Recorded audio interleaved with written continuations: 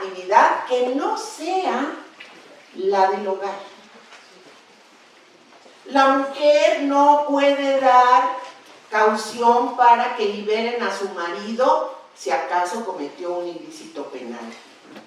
La mujer no puede, todo era no poder.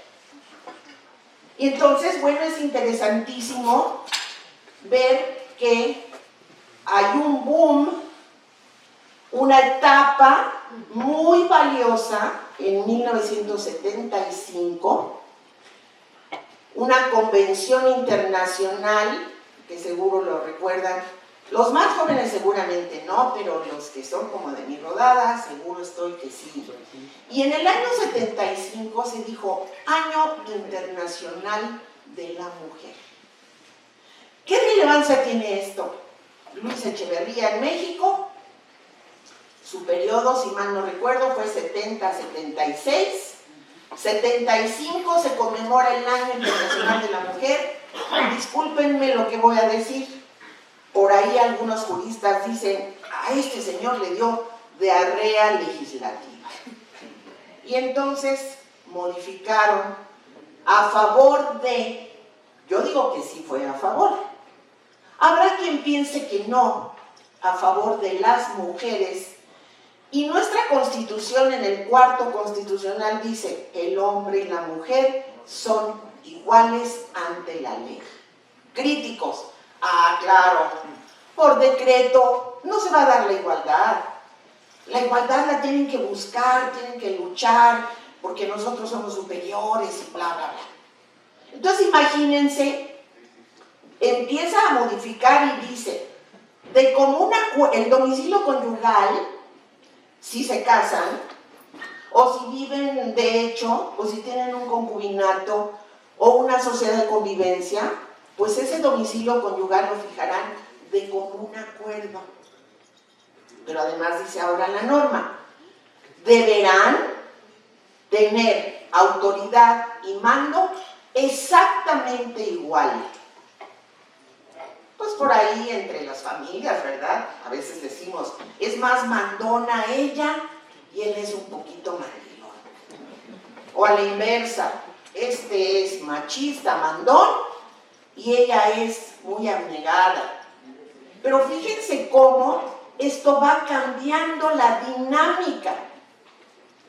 Y entonces si se dice la mujer, o bueno, la persona que se dedique a las labores del hogar, pues va a empezar a tener ya una primacía, porque antes parecía que el varón decía, te voy a dar tu gasto y pues agradécemelo porque chiquita yo trabajo para ti. Pero resulta que la ley dice vamos a equilibrar fuerzas. Él o la, porque ahora en la época moderna, ¿sí me escuchan bien? Sí. Perfecto. Muy gritona la parte. Y entonces dicen, en la época moderna, pues puede ser ella o él, el que o la que se dedique a las labores del hogar, o forme o críe a los hijos, tendrá la calidad de una aportación al hogar. ¿Por qué? Pues para equilibrar las fuerzas, para que no fuera nada más de que yo aquí mantengo y entonces esa ha sido la tradición machista. Pero resulta que ya no está adecuada a la realidad. Ya no. ¿Por qué? Porque la mujer también trabaja. Y las amas de casa cumplen la función de trabajar fuera del hogar, pero también llegar y hacer todo lo que se tiene que hacer dentro del hogar. Y entonces los varones también están colaborando y fíjense cómo ha cambiado. Somos sirvientes, somos la fámula, somos los que vamos a aportar, casados o no, pero viviendo juntos, vamos a aportar lo que se requiere para que la familia salga adelante.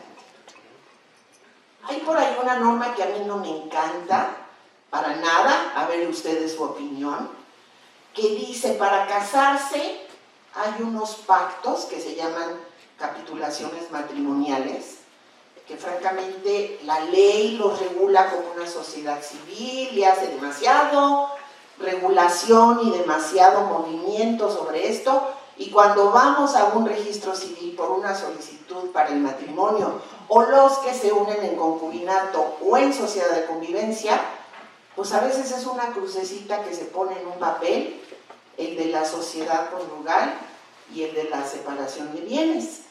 Pero también se dice ahora, podrán decidir quién de los dos tiene la primacía para que vaya primero su apellido al momento de tener un hijo y registrarlo.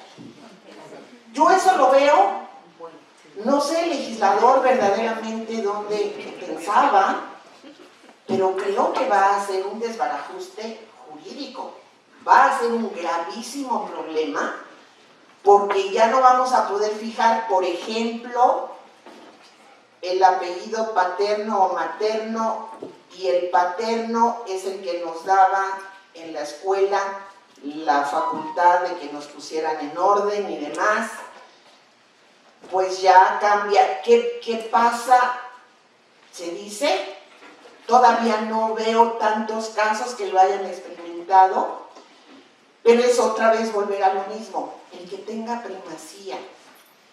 Por ejemplo, en Japón, si el hombre es más pobre que su esposa, el hombre pierde su apellido y lleva el de la dinastía de la señora rica. Acá no tenemos eso. Acá es el que se ponga más listo, con un poco más de pinole, o como dicen por ahí, ¿verdad? A mí eso no me parece muy bien, porque jurídicamente vamos a hacer un buen relajo. Todos los formatos, aquí por ejemplo, si venimos a una consulta médica o cuando nos internamos por alguna razón que no nos gusta nunca, pero ni modo, a veces hay que entrar, pues dice apellido paterno, materno, nombre. ¿Y ahora qué va a pasar? Paterno, materno, y entonces bueno, tenemos un legislador de nuevo prolífico, no quiero decir que con diarrea, pero muy prolífico, el de la Ciudad de México. Pero fíjense que tenemos otras normas interesantes, pero no quiero cansarles, les cuento lo más así, digamos, relevante, que a mí me parece muy, muy valioso, pero tenemos otra segunda vertiente del 2011. Llegaron los derechos humanos a México y toda la Constitución cambió. Digo la anterior Constitución porque no quiero ni decirles del desastre de la Constitución actual, que seguramente lo vemos cada día en la prensa, en las cámaras y todo lo que están legislando. Pero bueno, tenemos la pauta de derechos humanos fundamentales. Y entonces ahora dice nuestra Suprema Corte de Justicia de la Nación. Ustedes médicos se van a motivar mucho con esto y espero que así sea. Pues resulta que hay un derecho fundamental para hombres y mujeres en donde primero prevalece el libre derecho a la personalidad del sujeto. En el libre derecho a la personalidad, que viene de una ley federal, de una carta magna, en los primeros artículos que antes se llamaba la parte orgánica, ahora ya no es, son derechos humanos fundamentales, el tener el libre cuidado por parte de las autoridades para que no me discriminen, para que respeten mi honorabilidad, mi dignidad humana, etc. Pero en el contexto de ese libre desarrollo de la personalidad, pues resulta que ahora, con ese cuento, dicen, la mujer embarazada, quiero luego sus opiniones, es dueña de su cuerpo, y el Código Penal local permite que se interrumpa el embarazo a las 12 semanas de la gestación. Ah, caray. despenalizamos el aborto al contexto de libre desarrollo de mi personalidad. ¿Pero qué no tengo aquí en el vientre otra vida? Filosóficamente hay quien se rasgó vestiduras y qué barbaridad, no sé qué. Pero desde el punto de vista científico, fíjense que esto nos ha ido dando la vuelta. Porque ahora ya tenemos que sí se puede hacer la interrupción del embarazo, es más, delicadamente no le llamaron aborto, pero dijeron, se puede hacer la interrupción del embarazo, pero el médico puede hacer una objeción de conciencia. Oye, ¿no? ¿Sabes qué, paciente? Yo no quiero hacer este tipo de maniobras en tu cuerpo y me niego.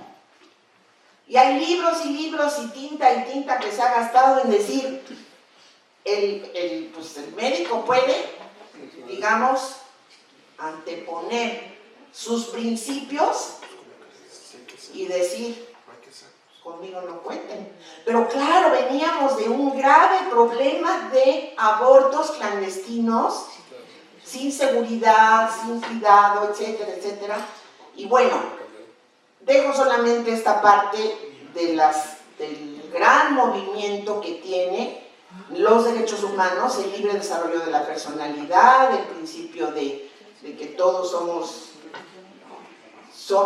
inocentes hasta en tanto no se determine que somos culpables, una serie de derechos que son muy valiosos, pero que fíjense que a veces han perjudicado a las mujeres. Bueno, son iguales, ya están muy empoderadas, pues resulta que a trabajo igual, salario igual. Pero las mujeres, pues no, en la vida efectiva no lo sentimos así, de que aquí me llegó el salario igual, pero sigue la norma. Fíjense cómo es cuestión de costumbre, de práctica, de algún mecanismo que nos está fallando, y yo creo que es la falta de preparación y de comunicación y de cultura. Si divulgamos estos elementos, pues seguramente habrá quien reponga las cosas al origen. ¿Qué pasaba, por ejemplo, cuando antes de que hubiera medios de comunicación tan fuertes, pues una persona era violada? Ahora, bueno, pues la gente resulta que dice, puedo violentar los derechos de una mujer a mi antojo. Y entonces viene la violencia familiar, que se da entre novios, se da entre amigos, se da entre familiares, y normalmente acaba con todos los elementos y se va al extremo, la violencia de género, cuando llegamos al feminicidio. 10 mujeres al día sufren feminicidio. ¿Y saben cuál es la razón? El feminicida lo es por odiosidad. No me encanta la palabra o la forma como la usaron, pero es el odio que tiene a la mujer. Y tenemos un caso importantísimo de las muertas de Juárez. Con esto voy a terminar porque no quiero cansarlos. Las muertas de Juárez, que trabajaban en maquiladoras, y ellas eran más productivas que los varones. Digo, no lo estoy inventando, era realidad que las mujeres producían más. Pero además estas jovencitas no querían dejarse galanear, comillas, por uno de sus compañeros de la maquiladora. Y entonces, ¿qué hace el agresor? Primer elemento, odio hacia la mujer. Yo digo, ¿de dónde viene ese odio a la mujer? Pues desde nuestros ancestros. Porque ellos dicen, yo soy el mero. Yo tengo amigos que dicen, mi esposa acaba de ser mamá y le digo, oye, ¿y tú, pues qué participación tuviste? ¿O será de lechero o qué? ¿No? Mi esposa ya es mamá y digo, no, espérate, va. Jale, ¿no, amigo? Ponte listo porque... Pues... Y otros que dicen, mi esposa es la casada, yo no. Entonces, fíjense como entre broma, esta es la cultura que nos ha quedado. Y regreso a Juárez. Pues resulta que las muchachitas dijeron, pues yo no le entro con este cuate, está feo, gordo, lo que fuere, razón subjetiva, ¿no? Y finalmente las torturan y las matan. Y los padres hacen todo un movimiento y van a la Comisión Interamericana de los Derechos Humanos, que tiene su sede en Costa Rica, y llevan allá los casos. Y fíjense qué pena.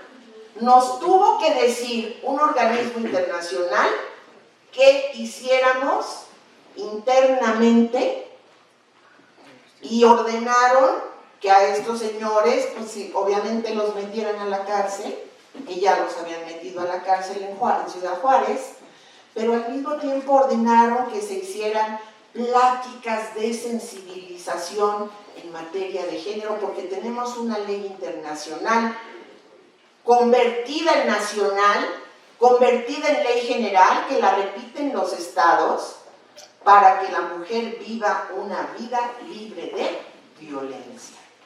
Y ahora hay una novedad por ahí. Bueno, nos dieron tantísimas normas que deberíamos de cumplir, y les voy a confesar que todavía no hemos hecho todo como país. O sea, era las fulanitas, los padres de las señoritas estas violadas, asesinadas por el feminicida, y entonces las víctimas indirectas accionan. Y al accionar estas víctimas indirectas, pues le ordenan al Estado mexicano, porque eran los padres que accionan como actores del ilícito que cometieron, en contra de México, pero lo hacen a nivel internacional, fuera de aquí. Y ellos recomiendan, la Comisión Interamericana nos dice, hagan esto y pongan a los hombres y mujeres a que se les haga la sensibilización en género y que pongan un monumento y que hagan esto y hagan lo otro. No hemos hecho todo, de tantos requerimientos que se nos hicieron. Pero así pueden demandar a Argentina, a Brasil, a otros países. México tuvo y realmente creo que es falta de sensibilizar con el conocimiento. Si nosotros somos más enfáticos y queremos decirles a las personas que conozcan y que se eduquen en esto, pues tenemos que ser más incisivos para que sea una realidad la equidad de género. ¿Qué pasó en materia política? Pues resulta que ponían a las mujeres, las Juanitas, no sé si se acuerdan un caso que hubo por ahí en el Senado, las ponen como candidatas y a la hora en que ganan, las sacan de la jugada y ponen arriba varones. Hay quienes ahora en Oaxaca, respecto de la materia electoral, se han convertido, entre comillas, en un papel, en mujeres, por aquello de la equidad y de que tenemos que tener un 50% de candidatos varones y candidatos mujeres. Pero fíjense cómo luego nuestras autoridades son incongruentes. Dicen, vamos a tener cuotas, 50-50, yo creo que más bien deberían de medir la capacidad y no el 50 por 50 y punto, no. Pero hay quienes dicen, bueno, como hay 50 y 50, pues yo me voy a convertir oaxaqueña en lugar de oaxaqueño. Y son hombres con esposa, con nietos, con hijos, y no les da vergüenza por ganar un huesito por ahí de elección popular, no les da pena hacer este tipo de maniobras. Pero como eso, el Estado dice 50 y 50, pero ahora tenemos los LGBTQ+, y resulta que ¿cómo van a medir? Yo trabajé 13 años en la materia electoral, y pues digo siempre, yo digo mi instituto y nuestro instituto, pues ya ni soy de ahí, pero soy más UNAM que nada, bueno, hace 30 y tantos años, pero la época que trabajé ahí yo dije, bueno, pues ahora ¿cómo le van a hacer? O cuando se ufana un funcionario alto diciendo, ya van a saber quién, mandé el primer pasaporte no binario, porque es lo que la gente dice que quiere. Oh, caray. Y el Estado de Derecho. Y mis alumnos me cuentan de sexo fluido. Ah, caray, ¿qué es eso de sexo fluido? No, maestra, usted puede ir al antro y encontrar a una persona, o pues sí, un sujeto o sujeta, ya no sé cómo, pero dice, totalmente caracterizada como varón. Y sí, en la facultad hay 5 o 6 que llevan falda, es verdad. Y otros días, del mismo antro, van caracterizadas como mujeres. Entonces, ¿qué fluye hoy? ¿Cómo anda el ambiente, no? Yo pienso que se levantan y dicen, ¿qué soy hoy? No, bueno. Entonces, fíjense cómo hay incoherencia de nuestras autoridades. ¿Y para qué les digo la reforma judicial?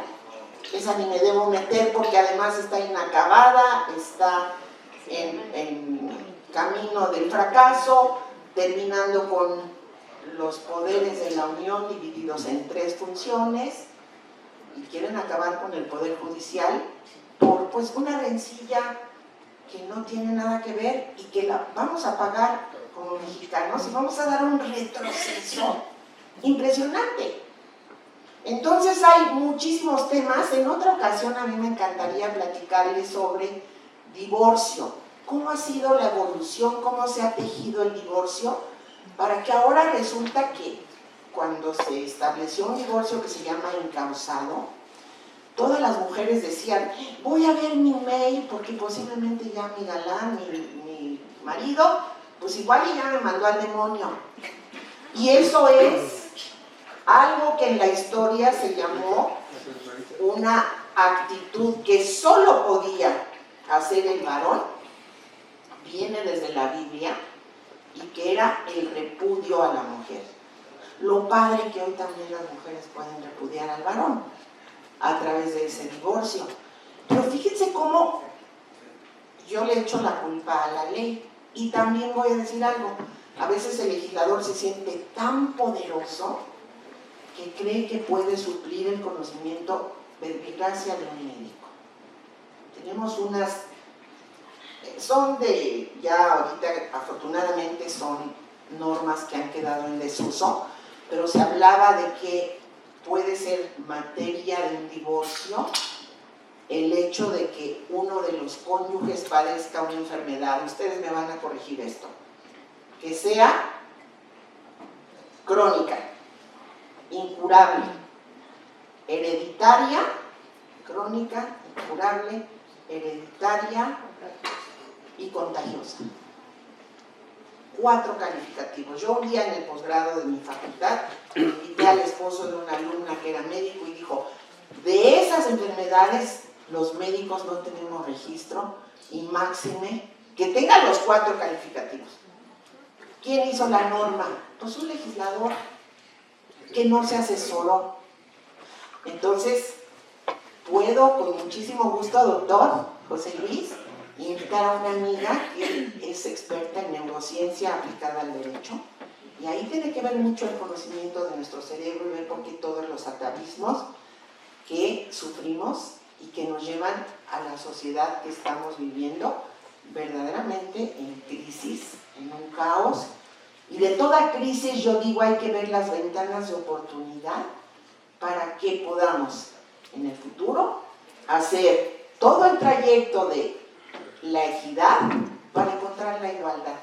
Y la igualdad significa que somos humanos, seres humanos, personas, y que entonces la capacidad va a permitir que tengamos un puesto u otro según nuestras aptitudes. Muchísimas gracias. Yo me felicito de estar aquí. Gracias a todos.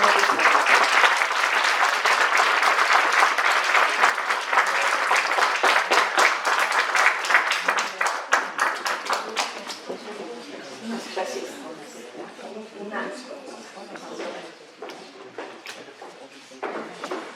Muchísimas gracias, doctora.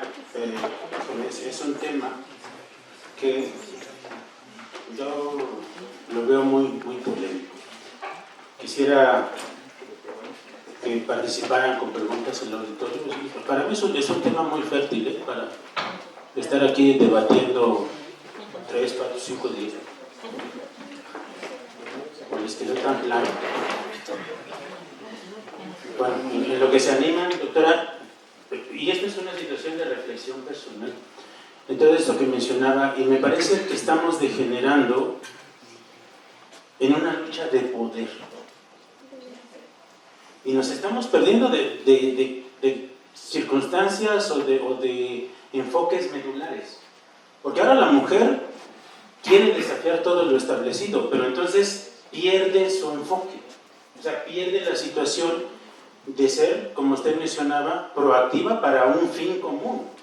Sino que ahora las que lo reclaman, no, pues es que yo también puedo. No, espérame, no es de que se puede. Pues, digo, estrictamente el hombre hace lo que, entre comillas, está asignado para la mujer y la mujer hace lo que, entre comillas, está asignado para el hombre. Pero ese no es el punto. El punto es una lucha de poder, es que la mujer quiere el poder solo por el poder. Ajá. Y entonces se está perdiendo de lo esencial. Y luego, para ponerse de acuerdo, híjole, también ahí lo veo difícil. O sea, es difícil ponerse de acuerdo. Y si el ideal es llegar a un acuerdo, no sé en qué porcentaje, y un acuerdo para que los dos estén contentos con esa solución y con esa decisión. Casi siempre está prevaleciendo. El hombre no se quiere dejar y la mujer está peleando por el poder y se está circunscribiendo a una lucha de poder y pierde toda la esencia, pierde toda la situación adecuada, pierde la situación ideal que implicaría la convivencia. Eso es una pregunta y una reflexión. Pues doctor, sí. Yo siempre he pensado que si la mujer se masculiniza, estamos perdidos. O sea que medio pues masculinizada quiere ocupar el lugar del varón. No